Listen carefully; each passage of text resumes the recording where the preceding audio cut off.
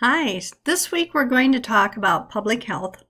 We haven't really visited much about it prior to this week in the course, but it's a very interesting topic and a big component of healthcare delivery systems. As you complete your courses in anatomy and physiology and your disease courses, it's interesting to see the impact that public health has in improving our lives and the relationship it has into tracking the incidence of disease. Public health is a behind-the-scene entity.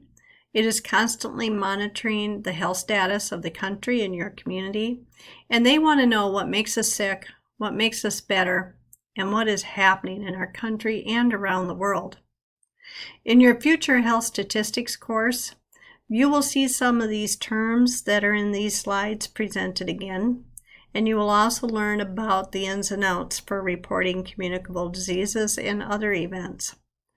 There have been several movies on epidemics in the past, and in these movies you'll see the role of the Center for Disease Control, which is basically a public health institute.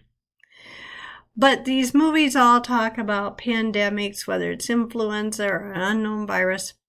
Whatever the case, it doesn't take the public long to react.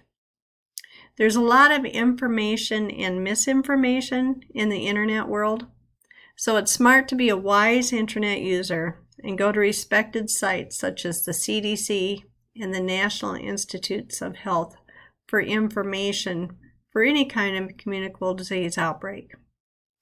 So I hope you enjoyed this week. It's very interesting on public health and how it impacts. It serves a purpose in our healthcare delivery systems. And as I said, it's behind the scenes, but if you have a question, it's an excellent source for information.